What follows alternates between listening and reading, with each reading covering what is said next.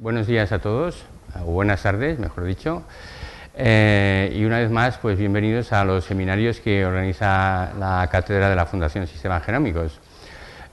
Hoy tenemos como ponente a la doctora Montserrat Vallet, que como veréis en su charla, pues es una persona, científicamente hablando, fantástica por la labor que ha realizado. Montse es farmacéutica. Ella hizo farmacia en Barcelona, en la facultad de allí de Barcelona. Después hizo el doctorado también en Barcelona, en la facultad, y fue de las primeras promociones prácticamente que pudieron hacer el FIR en un hospital, que es el Hospital de San Pablo, donde ha desarrollado ya toda su carrera. Primero lo hizo el FIR en análisis clínicos porque, como sabéis, hoy día no existe la genética como especialidad todavía, y hace 30 años pues muchísimo menos. Después se pasó a hematología, donde empezó a trabajar en las bases genéticas de las hemofilias y de las talasemias, y de ahí pues empezó a organizar lo que sería el laboratorio de genética, y que actualmente pues es un servicio de genética referencia de todo el país. Independientemente de la amistad, de la vieja amistad que nos une, de los muchos proyectos en los que hemos podido colaborar y publicaciones, yo tengo que decir que realmente Montse ha trabajado muchísimo en potenciar y en contribuir al desarrollo de la genética aquí en nuestro país. Y bueno, de hecho, ella fue de las pioneras, la pionera que empezó a introducir la tecnología molecular aplicada al diagnóstico genético. Estoy hablando de los años 80, y 30 años después ha sido también pionera en empezar a introducir la farmacogenética como un elemento más diagnóstico también en la práctica clínica. Desde el punto de vista científico, tengo que decir que ha tenido también una actividad extraordinariamente increíble, porque además de esas participaciones en proyectos que os comentaba antes, pues ha publicado más de 300 publicaciones y muchísimas actividades que se han ido recogiendo en diferentes premios, y yo únicamente resaltaría el premio que le concedieron a finales de los años 80, que fue el premio Reina Sofía, que se da a la investigación en problemas de subnormalidad. No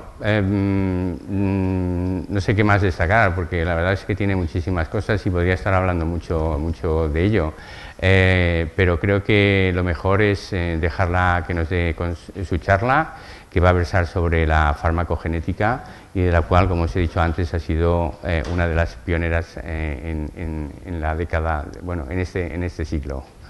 Gracias, Montse. Buenos días. En primer lugar, muchas gracias a la Fundación Sistemas Genómicos por que me permite estar hoy aquí. Y después, pues agradecerle a Javier, que ya veis que es un amigo, ¿no? Ya veis que es sesgada esta presentación, pero es lo que hay. Hace muchos años que somos amigos. Bueno, y hoy tengo la intención de presentaros datos, información, para que entre todos vayamos madurando la idea de si la farmacogenética va a ser una nueva disciplina biomédica. Ya lo veremos, el tiempo y nuestro esfuerzo lo dirá. Entonces, para ya entramos en tema ya, Entramos en tema y recordamos que el proceso asistencial clásico es este, ¿no? Es hacer en primer lugar medicina preventiva cuando se puede, seguido un diagnóstico que comporta un pronóstico y un tratamiento. Y el proceso asistencial en la medicina genómica, que es donde estamos, pues la medicina genómica veréis que tiene un papel relevante en cualquiera de estas tres etapas. En medicina preventiva, la capacidad que da el análisis genotípico de efectuar un diagnóstico en ausencia de síntomas es importantísimo, muy relevante, pero aquí hoy no nos vamos a entretener. La aportación del diagnóstico genotípico del diagnóstico basado en el estudio de los genes. En la etapa médica del proceso existencial de un diagnóstico es indiscutible. La confirmación diagnóstica, que dependiendo del error que hay en el gen, no solamente confirmar el diagnóstico, sino decir, tiene esta mutación que se asocia con un pronóstico de tal tipo, fuera de duda tampoco. Pero tampoco vamos a hablar de esto hoy. Hoy vamos a hablar de cómo la medicina genómica entra y tiene ya el pie puesto en ayudar en la etapa de tratamiento de las distintas patologías. Y esto es lo que hace o quiere hacer y hará la farmacogenética. Entonces, para que esto ocurra, todos sabemos, es evidente, esto es el saber popular, que cuando se administra una dosis estándar de un determinado fármaco, gracias a Dios es eficaz y no es tóxico en la gran mayoría de los pacientes. Muy bien, por esto las agencias del medicamento lo han aprobado. Pero también todos sabemos que la dosis estándar de este fármaco, a veces hay pacientes a los que no responden a esta dosis estándar y hay otro porcentaje de pacientes que tienen efectos secundarios más o menos graves. A mí, por ejemplo, el gelocatil no me quita el dolor de cabeza. Yo me tomo una aspirina. Y no me he estudiado muy profundamente cuáles son las bases moleculares de este hecho, pero este es un ejemplo. Entonces, esta variabilidad de respuesta intrapersonal, de respuesta a los fármacos, ¿a qué se debe? A muchas cosas, como todo en la vida, ¿no? Se debe, por ejemplo, a unos factores que dependen del medicamento, en qué dosis y con qué tipo de tratamiento, con qué esquema te lo han dado, o en qué forma está este medicamento, si es por vía oral o por vía endovenosa, evidente. También depende de si al paciente que se le administra su función hepática y su función renal, por ejemplo, cómo están, evidente.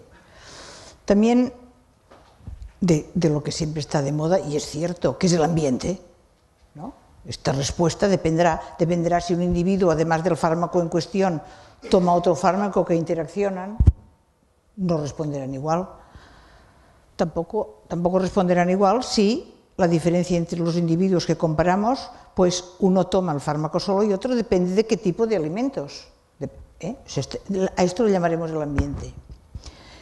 ¿Qué más fuentes de variabilidad hay? Pues, por ejemplo, el tamaño y la composición del individuo, parámetros morfométricos o demográficos, como la edad, la raza, tal. Y después aquí han puesto para que luzca en este esquema que hay una fuente genética de variabilidad que es lo que llamamos farmacogenética. Pero si uno se planteara, bueno, a ver, ¿y por dónde, qué estudio yo? ¿Por dónde empiezo? Porque es farmacogenética, tendré que estudiar genes. ¿Qué genes estudio? Pues sin una gran formación uno diría, bueno, seguramente tendré que estudiar genes que codifiquen para proteínas que tienen que ver con la farmacocinética, con la absorción, el metabolismo, la excreción y la distribución de un fármaco, y con la farmacodinámica. Cómo están estos receptores a los que se va a unir, cómo están los canales que lo dejarán entrar y salir de la célula, y los transportadores. Y porque finalmente del conjunto de todas estas vías complicadísimas e interesantísimas, resulta que sale, al final de esta ecuación, el fármaco tiene una respuesta, tanto en lo que se refiere a la eficacia terapéutica como a la toxicidad. Por lo tanto, lo que seguramente habrá que mirar es los genes que codifican para las proteínas que juegan a todo esto, a la absorción, a la farmacocinética y a los aspectos farmacodinámicos. Y en este esquema, que lo veis un poco de lejos, pero bueno, esto es un dibujito, un esquemita de ¿qué puede pasar? Puede pasar que un individuo para un gen que tenga que ver con la farmacocinética, es decir, que tenga que ver con la degradación, con el metabolismo de este fármaco, pues sea un individuo que haya heredado de su padre y de su madre un gen normal, un gen salvaje estupendamente bien, y por lo tanto los farmacólogos harán esta área bajo la curva, y esto es lo normal, que la concentración y el tiempo en el que este determinado fármaco estará en circulación. Pero puede haber el individuo 2 que ha heredado de uno de sus progenitores un gen normal, que trabaja bien, degradando el fármaco en cuestión, y otro gen que está mutado y no trabaja bien, no degrada el fármaco en cuestión. Por lo tanto, en este individuo, que será un heterocigoto para este gen en cuestión, el área bajo la curva, que la llaman los farmacólogos, tendrá esta forma. Quiere decir que habrá niveles más altos y durante más tiempo de este fármaco en circulación, si lo comparamos con el patrón normal. Y también puede darse la circunstancia de que el individuo en cuestión o el paciente haya heredado tanto de su padre como de su madre un gen mutado, un gen que no funciona, que funciona realmente mal, por lo cual degradará este fármaco con mucha más dificultad que el normal. Y por lo tanto tendremos una molécula que en sangre, esta es el área bajo la curva, tiene unas concentraciones mucho más altas y que se mantienen mucho más tiempo. Además, este fármaco, además de que tiene este que lo metaboliza, este y 400 más, pero esto es un ejemplo, tiene también, resulta que tiene que ir a pegarse a un receptor. Y el receptor es una proteína. ¿Y esta proteína cómo está? Pues si tienes la suerte que tienes esta proteína codificada por tus genes, si tienes un genotipo normal, pues bien, esta será la curva que con la dosis estándar, pues la curva logarítmica de eficacia de un fármaco, este sería el patrón normal.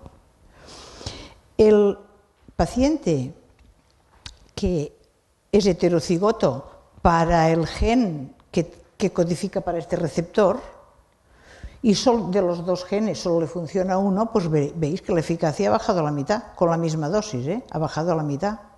Y el colmo de la desgracia es que los receptores, sea mutado o homocigoto mutado, y por lo tanto se le administra el fármaco y la eficacia será cero, no será eficaz.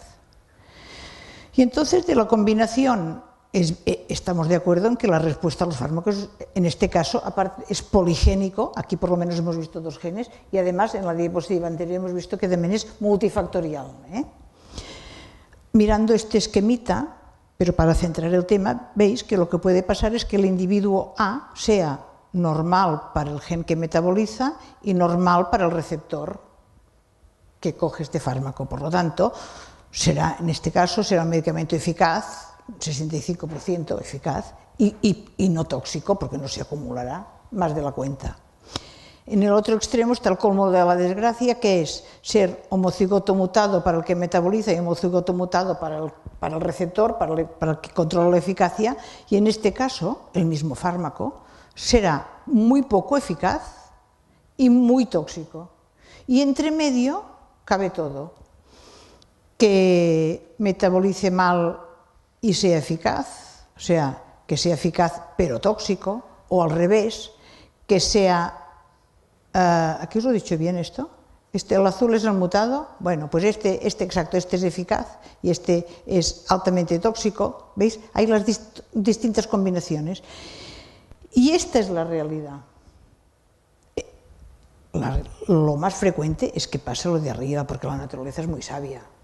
Pero esto es muy poco frecuente. Y este surtido variado que cubre las combinaciones múltiples es lo que ocurre en la vida diaria. Y aún hoy, la gran mayoría de las líneas de investigación y desarrollo en el mundo de la industria farmacéutica presuponen que los pacientes son un conjunto homogéneo de individuos y que, por lo tanto, ante una enfermedad la misma, los medicamentos eficaces y bien tolerados en unos individuos serán en el resto. Este es el paradigma de un fármaco les va bien a todos.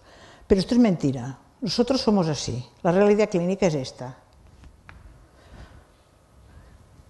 Y lo que quiere la farmacogenética, lo que pretende, es identificar marcadores biológicos. En realidad la farmacogenética pretende identificar, como veremos, diferencias en la secuencia de ADN que permitan estratificar la población. Y de esto que es mentira a esto que es la verdad, pero aquí estamos todos juntos y mezclados, hacer grupitos en base a este marcador. De manera que podamos, en una situación ideal, pues poder ver que el marcador biológico, que la secuencia del ADN nos diga si frente a aquel fármaco será un individuo que va a responder muy bien, o hará una respuesta parcial, o no responderá, o hará una reacción adversa severa. Y los que nos dedicamos a esto de la farmacogenética, en general, bueno, yo estoy muy contenta porque como hay mucho trabajo por hacer. Quiero decir que los que logro convencer de que se tienen que dedicar a esto también no se acabarán el trabajo, porque hay mucha cosa por hacer. Porque fijaros, las eficacias terapéuticas de grupos de fármacos que tratan patologías tan frecuentes, fijaros qué poco eficaces son. O sea, ¿por qué la diabetes, la eficacia terapéutica no llega al 60%? Mira, o el Alzheimer, o la oncología ha mejorado un poco, o la diabetes. Son bajas estas eficacias terapéuticas. A lo mejor es porque cuando las midieron, mezclaron a toda la población aquello que es mentira, que todos somos iguales. Y mezclaron a los que respondían y a los que no respondían. Y a lo mejor el fármaco en cuestión es buenísimo para el que responde. O sea que hay campo para trabajar para mejorar la eficacia terapéutica de muchos medicamentos. Y también hay campo... Uy, ha sufrido un reordenamiento esto. Bueno, lo leeremos igual. Hay campo también para intentar disminuir las reacciones adversas a los fármacos, identificar previamente los grupos de pacientes que harán una toxicidad. Yo también pienso que la próxima vez que nos veamos podremos hablar de cifras españolas, porque esto de tener que hablar siempre de los números de los americanos a veces sabe mal, pero las nuestras aún no están acabadas de pulir. El caso es que las reacciones adversas a los fármacos en Estados Unidos suponen un gasto de 4 billones de dólares anuales, solo en costes por tratamiento directo. Es un dineral, ¿eh?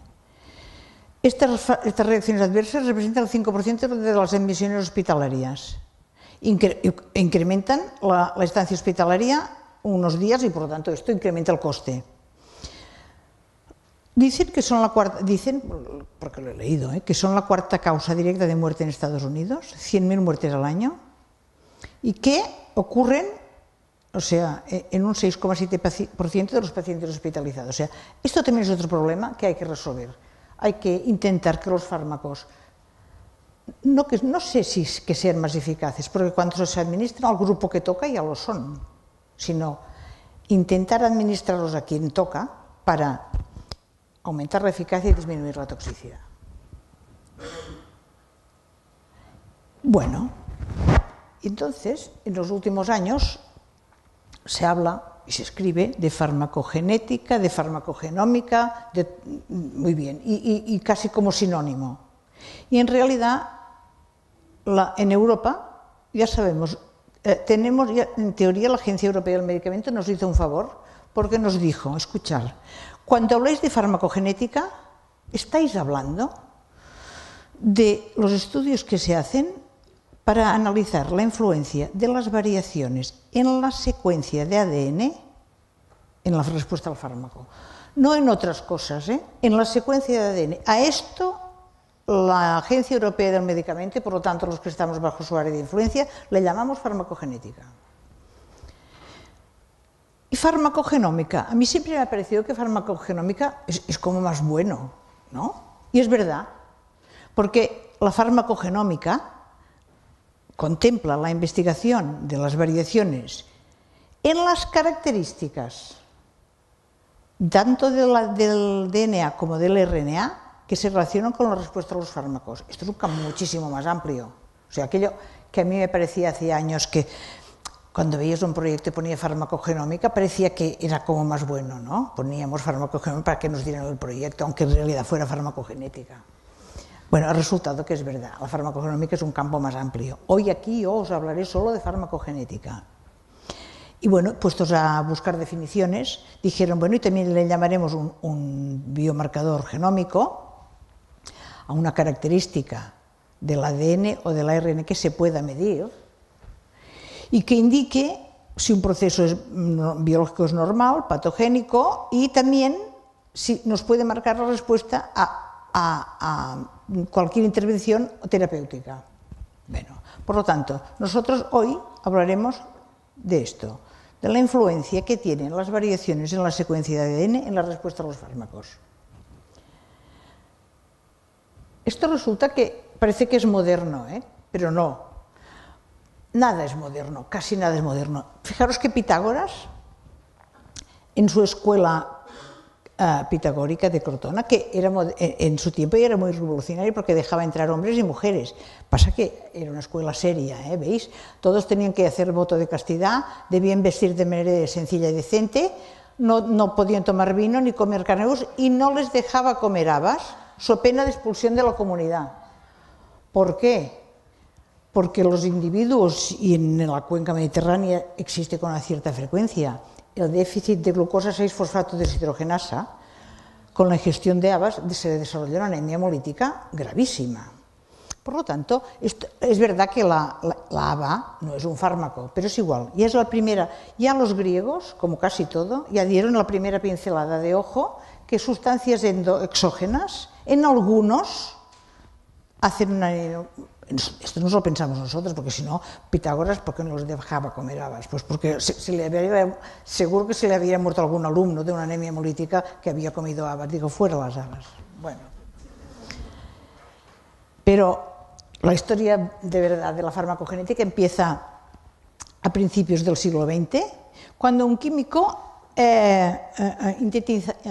intentaba sintetizar un edulcorante artificial. Y lo sintetizó y lo probó. Y no le encontró sabor alguno, porque dijo, bueno, pues esta síntesis no es un buen edulcorante. Pero esto, ¿qué hacemos? Debía de pasar a alguien por allí y dijo, ven, prueba esto.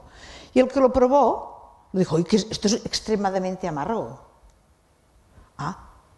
Entonces, hicieron un estudio, y bien hecho, 800 familias, y ya en los años 1930, y observaron que las personas difieren en su capacidad de degustar este fármaco, este edulcorante, la feniltiourea, y evidenció que estas diferencias tienen un patrón de herencia autosómico recesivo. Toma. Por lo tanto, estos trabajos de este químico se han considerado como los primeros estudios farmacogenéticos. Después pasaron tampoco muchos años, porque el profesor Motulsky, que aún está vivo, y es un profesor emérito, pero pone siempre que está activo, aunque esté emérito, está vivo y activo. Cuando yo tenía 5 años, ya escribió un artículo que titulaba Drug Reactions, Enzymes and Biochemical Genetics, y en este artículo ya ponía una frase que decía: la herencia puede explicar muchas diferencias individuales en la eficacia de los fármacos y en la ocurrencia de reacciones adversas. O sea, los que piensan, y piensan bien, 100 años antes de que explote una ciencia como esta, ya lo decían. Arno Motulsky ya lo decía, como también lo decía este alemán, que se murió, Arno Motulsky es judío, deben de tener la vida más larga. El doctor Vogel murió, pero este es el que inventó la palabra farmacogenética, para definir el estudio del papel de la genética en la respuesta a los fármacos. Este le puso nombre a lo que Motulsky había visto. Entonces, este profesor es conocido en el mundo de la genética, Benítez, por este libro que se llama Human Genetics Problems and Approaches, que escribió, son del Vogel-Motulsky, se llama el libro. Y finalmente, este alemán que emigró al Canadá, el doctor Callow, que dijo que la farmacogenética había sido la sangre de su vida científica, encontró la descripción de diferencias genéticas en el metabolismo de la isoniazida, que era un antituberculoso.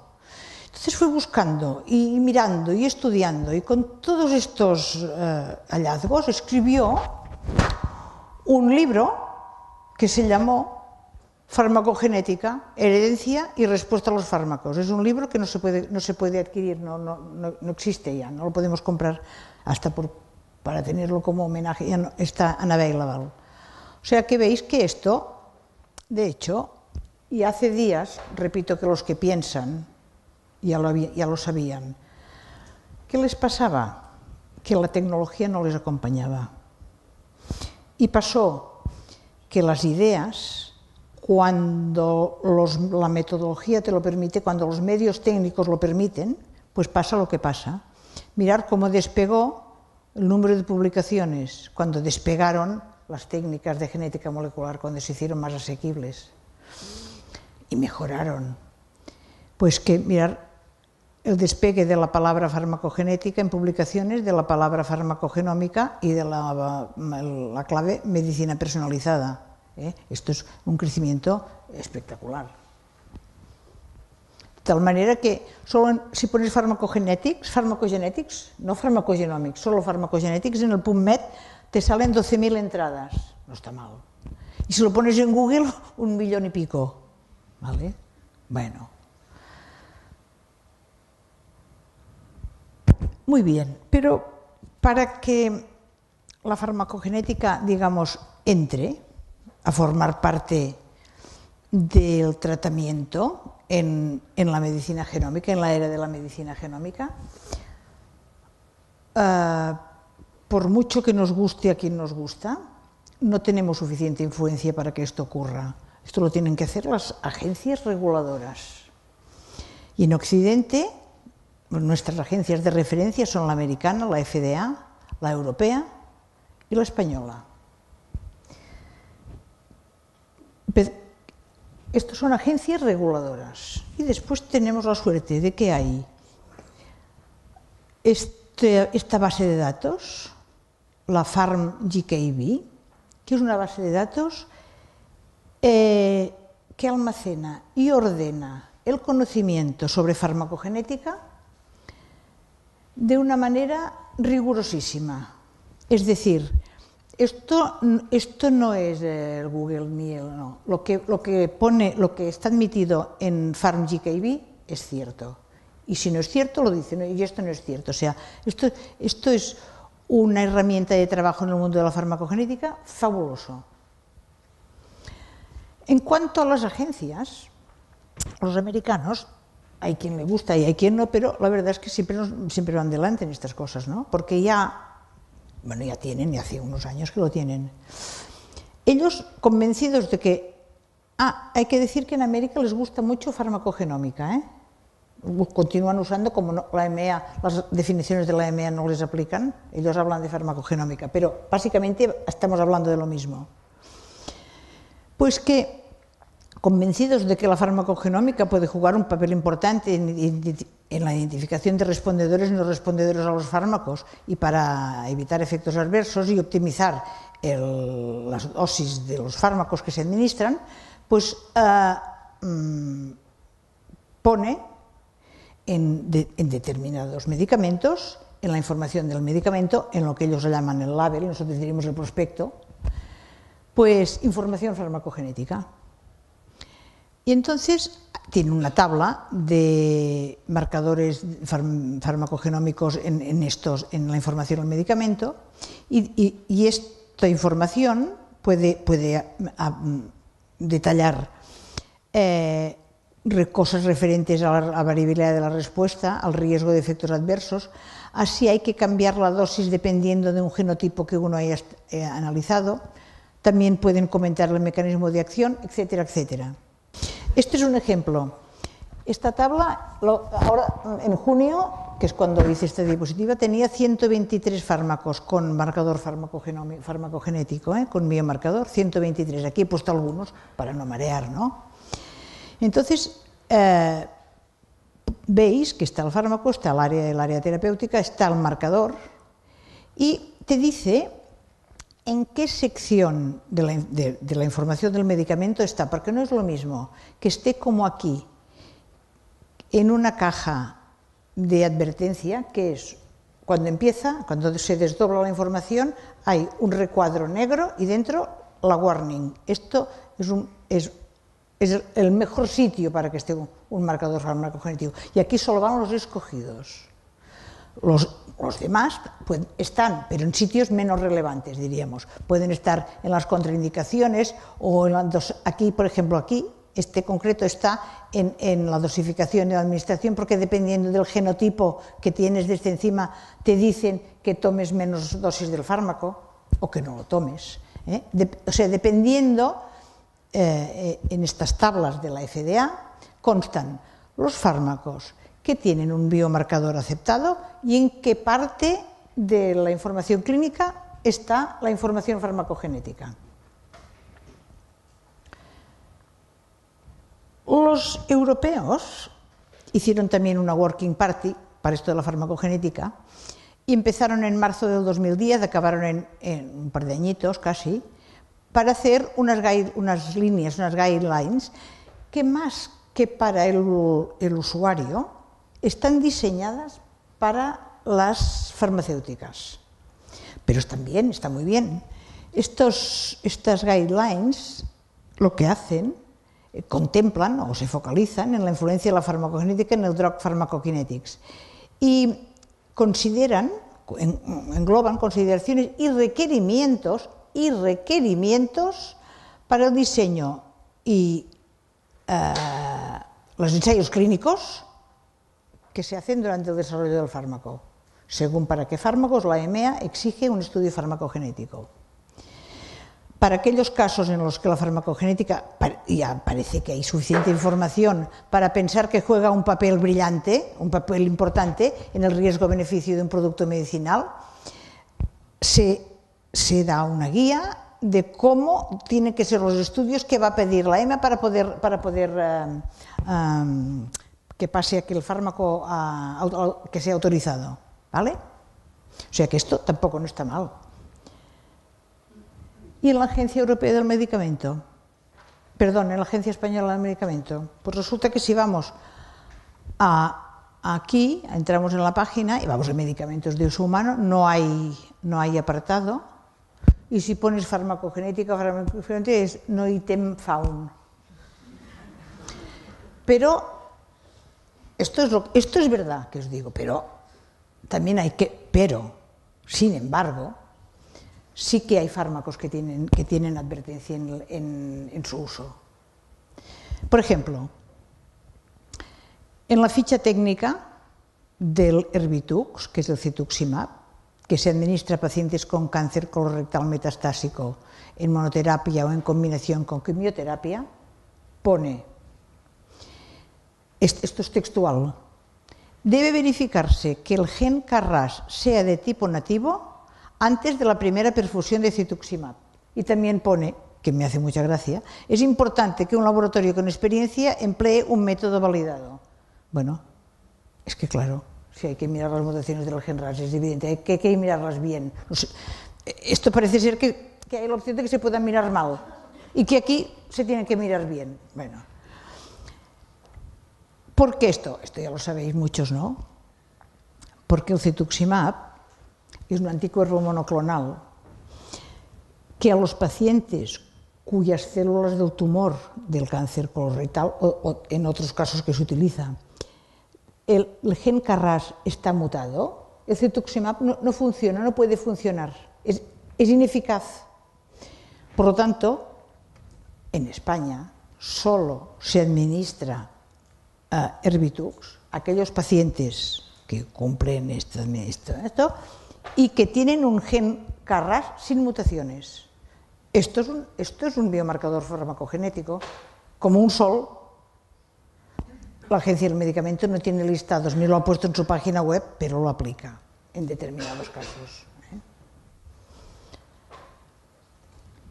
El PharmGKB, que hace las cosas bien, ha clasificado, ha puesto un poquito más de orden y ha dicho, bueno, estos biomarcadores, nosotros, PharmGKB, que no tiene ningún interés con ninguna casa comercial ni con ninguna administración, ha dicho, creo que se pueden clasificar en required, recommended, estos que yo no lo entiendo qué quieren decir, o informativos que ya se ve, ¿no? Estos son, dice que si viene a decir que si lo que está escrito es que el test para buscar el marcador should be, es que es required, es obligatorio hacerlo. Bueno, en España, si tienes el KRAS mutado, no se te administra cetuximab. O sea, las mutaciones en el KRAS, en el tumor del cáncer de colon, es un genetic testing required. Además, en España pone por un laboratorio que lo haga bien. Después dice que si en la información al medicamento lo que está escrito es should be considered, considera el PharmGKB que es recommended, pero no es required. O sea, se recomienda, pero no es de obligación.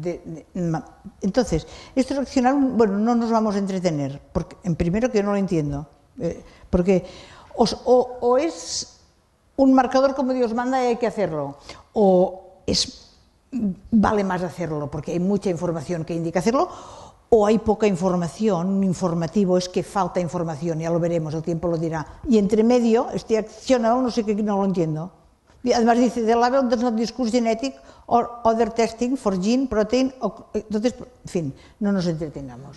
Vale. Veis que también están clasificados, y entonces, ellos han hecho, he cogido unos del ejemplo de antes, y han dicho, mirad, el abacavir, en el label de la FDA, lo pone como recommended. Y en cambio, en Europa, es required. En el cetuximab que acabamos de comentar, es required en América y aquí, porque es que si tienes el KRAS mutado no funciona. Vamos a ver un ejemplo. Vamos a ver cómo el tratamiento, vamos a ver cómo en la infección por el virus de la hepatitis C, un ejemplo clarísimo de cómo se traslada la farmacogenética a la práctica clínica. Mira, el tratamiento clásico del virus de la hepatitis C incluía interferones y ahora ya el genérico de la ribavirina. Al cabo de hace no mucho, tanto la Roche como Merck sacaron al mercado unos interferones pegilados, que quiere decir que son más activos, porque se le pega al interferón una molécula de polietilenglicol y la unión del polietilenglicol a estas proteínas, al interferón, ya se sabe que es un método que cuando le pegas el polietilenglicol, si la molécula lo permite, pues retrasa su eliminación, prolonga su actividad y en consecuencia mejora su eficacia. Permite una lenta liberación del interferón obteniéndose unos niveles persistentes y mantenidos. Muy bien. Por lo tanto, los estudios clínicos con el interferón pegilado demuestran que la respuesta virológica obtenida duplica la observada con los estándar. Por lo tanto, hoy se administra ribavirina e interferón pegilado y el coste por paciente oscila entre 6 y 8.000 euros el tratamiento entero. Bien. Entonces, en el año...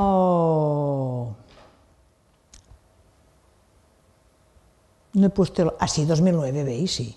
En el año 2009 salen 3 artículos, ya veis, ¿dónde? En revistas fabulosas, que dicen, hemos hecho un estudio del genoma entero, un GWAS, de pacientes con hepatitis C que respondían y que no respondían al tratamiento con ribavirina e interferón, a ver si encontramos algo que los diferenciara en su genoma. Y sí, ya lo tenemos. es un polimorfismo que está en el gen que codifica para interleuquina 28, que dices, oh, qué raro, ¿no? Pero es. De tal manera que en este punto de este gen hay un SNP, un cambio, un polimorfismo. Este SNP tiene este nombre así de largo, y resulta que los individuos, básicamente todos, nosotros nos miraremos aquí, pero bueno, vale para casi todos. Aquellos individuos que tienen un genotipo de este SNP, que son CC, el 80 y pico % responderán al tratamiento y se curarán de la hepatitis C. Los individuos que sean homocigotos TT o heterocigotos van mucho peor, no llegan ni a la mitad los que se curan. Es decir, aquí tenemos un marcador de eficacia. Y bien, estupendo, fantástico. Cuesta de hacer este marcador se puede hacer en ADN genómico del individuo, ¿eh? No, cuesta 4 reales, nada, no cuesta saber si eres TT, TC o CC. O sea que el genotipo del IL-28 es el predictor más potente de respuesta virológica inicial a la terapia con interferón pegilado y ribavirina. Y es solo el cambio de un solo nucleótido en esta posición, en este SNP. Muy bien. Ahora, hace poco entran en el mercado 2 nuevos fármacos que son inhibidores de la proteasa, el boceprevir y el telaprevir, que se administran por vía oral junto al interferón y la ribavirina, y se llama a este tratamiento triple terapia de la hepatitis C. Aquí tenemos los 3 protagonistas del asunto. En general, sin hacer farmacogenética, el porcentaje de curación sube de 30 puntos. Si la eficacia de la ribavirina e interferón pegilado era del 50%, ahora sube al 70%, o sea, buenos. Pero también sube el coste por paciente, que se dispara a entre 28 y 36.000 euros por paciente. Esto es mucho dinero, ¿eh? Siendo como es prevalente la infección por el virus de la hepatitis C. Bueno, ¿qué hace la Agencia del Medicamento? Pues llama a unos cuantos expertos en hígado y les dice, por favor, se estudien el tema. Y estos expertos han hecho un informe de utilidad terapéutica y han hecho los criterios y recomendaciones generales de obligado cumplimiento para el tratamiento con los fármacos caros. Y dicen, vamos a ver, a los pacientes que tienen este tipo de patología hepática y que tengan el genotipo respondedor de la IL-28B, que sigan con el tratamiento de interferón pegilado y ribavirina, porque más del 80% responderán. En cambio, aquellos que sean homocigotos TT o heterocigotos para este marcador, a estos les damos permiso para iniciar el tratamiento triple, porque a esto no responden. Por tanto, estos son subsidiarios de este tratamiento. Esto es el esquema que lo cogí del papel, del informe en papel, y está borroso, pero vaya, viene a decir lo mismo, ¿eh? Los enfermos con poca fibrosis el tratamiento caro ni hablar. Los entremedios, esto que os acabo de explicar, los que tienen el genotipo C respondedores, a lo de siempre. Y los no respondedores, triple terapia. Y a los que están ya con el hígado un poquito en peores condiciones, estos ya inician directamente la triple terapia. ¿Veis cómo esto es un ejemplo real como la vida misma? Porque esto no es que tú quieras o a mí me parece, no.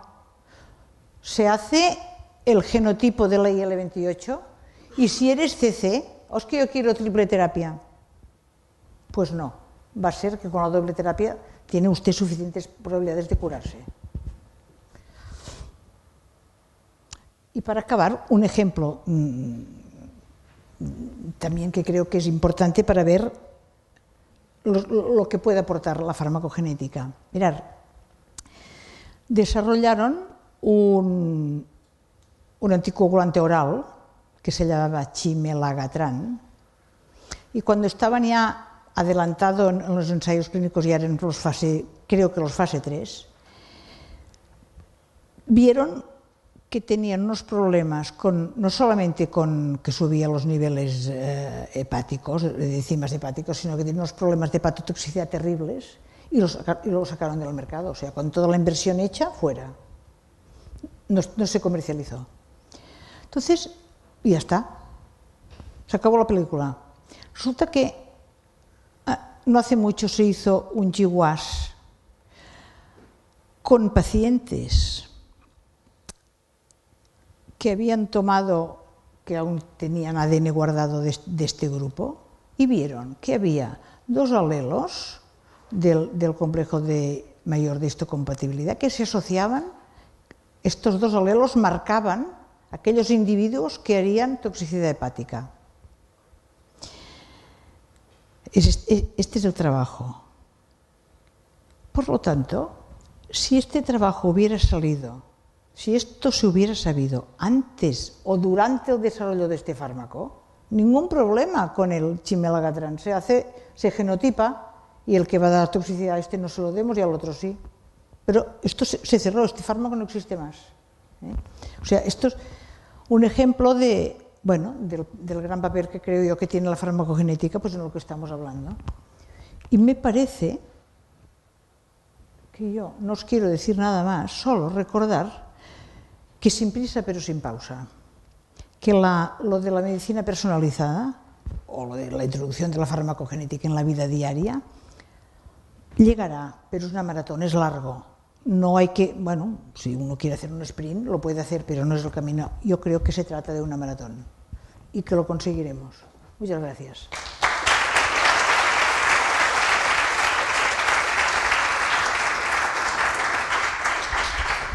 Muy bien, muchas gracias, Monse, por tu didáctica charla, como siempre.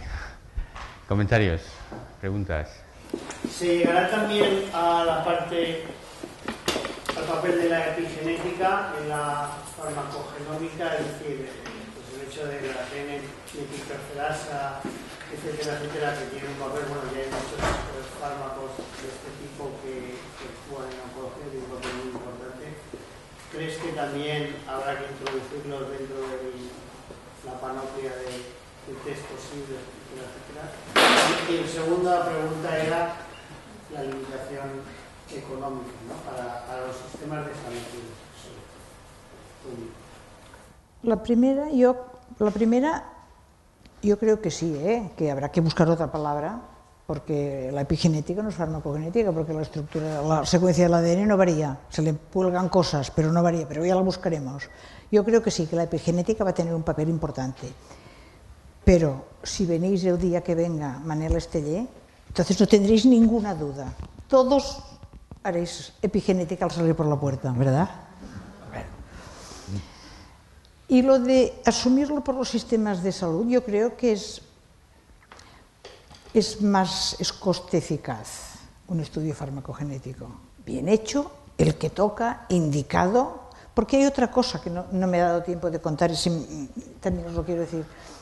También la farmacogenética sirve para medicamentos viejos, un poquito pasados de moda, porque son poquito eficaces. ¿Y por qué, por ejemplo, los reumatólogos no dan dosis de metotrexate como Dios manda, que parece que den agua de litines, porque tienen miedo de las toxicidades?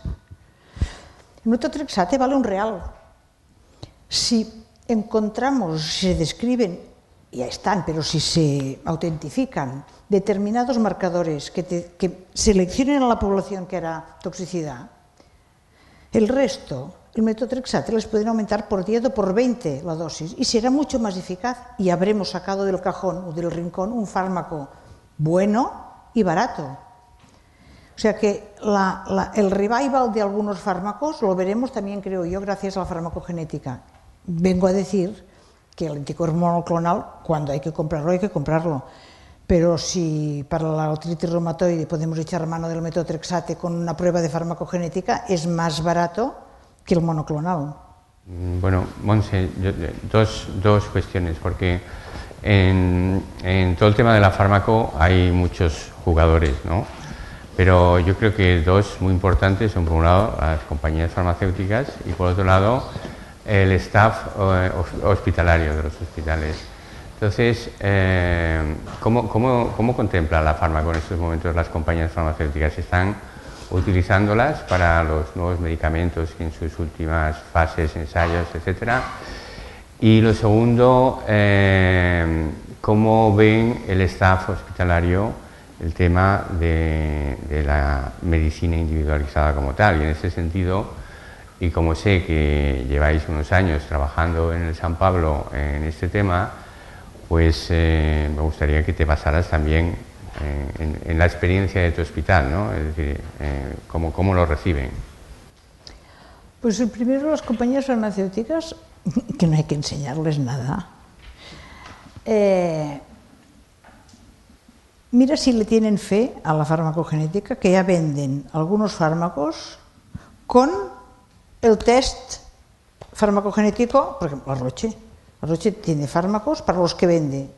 Como Roche tiene Roche Diagnostics y Roche de los medicamentos, y todo queda en casa, pues venden un test y la máquina y los reactivos y todo, para que los pacientes tiene un nombre que ahora no me sale, no me acuerdo cómo se llama, el test junto con el fármaco. O sea que sí que a ellos también les conviene esto.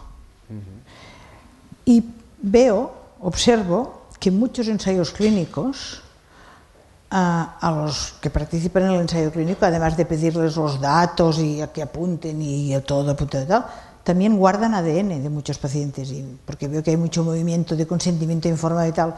Si las farmacéuticas guardan ADN de los pacientes, debe ser que también se lo creen, lo de la farmacogenética, ¿sabes? Y supongo que y lo utilizan pues para esto, para sacar el test junto con el fármaco, que para según qué sitios que no tengan un sitio que les haga los análisis a mano, pues igual es una buena solución. Monse, aquí. Bueno, aparte de felicitarte porque me ha encantado tu charla, quería saber tu opinión porque ¿sería suficiente con un biomarcador o habría que hacer una constelación de biomarcadores? Por ejemplo, si hay un biomarcador que te puede dar la toxicidad o el efecto, concretamente la toxicidad, por ejemplo, contra un efecto secundario, pero a lo mejor no contra otro efecto secundario. Esa es una duda que tengo yo a veces concretamente con la azatioprina, que es lo que yo más he utilizado, la tiopurinmetiltransferasa, pues a veces no tienes el problema de la neutropenia, pero sí que puedes tener el problema de la pancreatitis. ¿Eso es así o es una idea mía que no tiene una base? No, tiene toda la base. O sea, la azatioprina tiene una vía metabólica. Y en esta vía metabólica está la tiopurinmetiltransferasa con letras mayúsculas. Está la tiometilpurintransferasa y 27 más. Pero por lo que sabemos hasta ahora, la que en aquella vía metabólica manda un poco más es la TPMT, porque está en distintas ramales de la vía. Quiere decir que si la TPMT no te funciona, seguramente, como seas homocigoto para un alelo mutado, malo, o sea, harás una anemia o una neutropenia. Claro, y los demás, y los otros enzimas. Los otros enzimas, como no ha habido tiempo ni dinero para analizarlos, no se ha llegado a ello. Pero lo que seguramente no habrá, como es el caso de la hepatitis C, estos que son solo marcadores, estos serán los marcadores estrella. Yo creo que habrá paneles para determinadas, no incluso para un fármaco, sino para una vía metabólica, y todos los que lo utilicen será aquel panel. Pero también hay que decir que hoy en día la tecnología genética ha avanzado de una tal manera que prácticamente cuesta lo mismo mirar un marcador que 200, palmo más, palmo menos, o sea, no es lo más caro esto. Pero llevas razón. Muchas gracias. Sí, ¿cómo reaccionan los sí? Sí. Los clínicos van de trabajo hasta aquí, no pueden más. Pero yo reconozco que en mi hospital he hecho una estrategia que ha sido de los servicios en los que me parecía que la farmacogenética tenía un papel relevante, un par de adjuntos jóvenes, motivarlos, trabajos, tesis, no sé cuántos, pedir física y tal. Y en esto, si pican, ya es para toda la vida.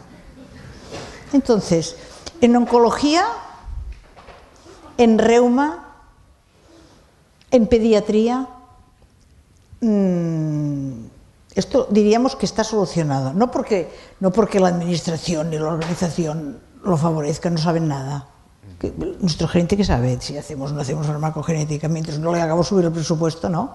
Pero me refiero que es a pequeñas gotas de gente motivada que luego pueda convencer en su entorno y que llegue a un punto que según en qué sitios, si no se hace el estudio farmacogenético, digan, hombre, un estudio no lo haces, el estudio farmacogenético. Entonces esta frase es fabulosa para nosotros, porque dirá, al llegar a sus sitios, nosotros queremos hacer el estudio farmacogenético, que el fulanito y el menganito también lo hacen. O sea, yo creo que será por esta vía, porque si tenemos que esperar que nos lo arregle el señor ministra, lo vamos mal. Bueno, enhorabuena por la charla, Montse. En tu opinión, ¿cuántos biomarcadores se deberían hacer para hacer la farmacogenética correctamente? Más o menos, en cuanto a volumen. No lo sé, no tengo ni idea. ¿Y el número que estáis haciendo? Es que depende, hacemos muchos, pero algunos lo hacemos y no sabemos si funcionarán, porque estamos en ello, estamos viendo a ver qué pasa, no lo sabemos. A lo mejor estamos probando toda una vía metabólica y resulta que aquella, cuando la tendremos toda estudiada, resultado cero, pero bueno, ya estará hecho, no hace falta que lo haga nadie más. O sea que a la pregunta de cuánto, no lo sé, no tengo ni idea, pero lo que sí sé es que esto es una cosa que nos separará, que ir haciendo. Montse, ¿habéis hecho algún estudio coste-beneficio en algún área determinada, por ejemplo en reuma o en...? Nosotros no, pero la que se lo sabe, lo hace bien, es en el Instituto Roche. Mercedes Puente lo sabe esto. Yo no te puedo dar bien los datos. Cada vez que se ha mirado es beneficioso, sobre todo si te enfrentas a medicamentos de este precio, claro. Por eso te digo que es que tenéis claro. datos del hospital, quiero decir, a eso me refiero, no datos genéricos, globales. Los de mi hospital no te lo puedo decir exactamente.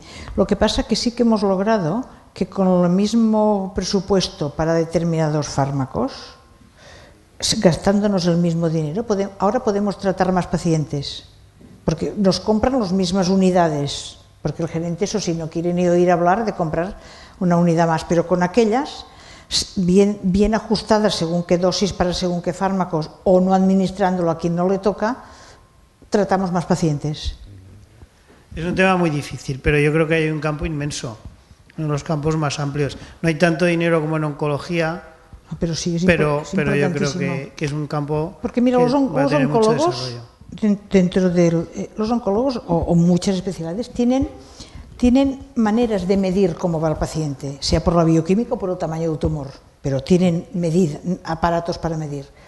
Los psiquiatras no tienen nada que medir. O sea, hay estas depresiones que la diagnostican como depresión y la empiezan a tratar, y hasta al cabo de 15 días, 3 semanas, no saben si el fármaco es eficaz o no.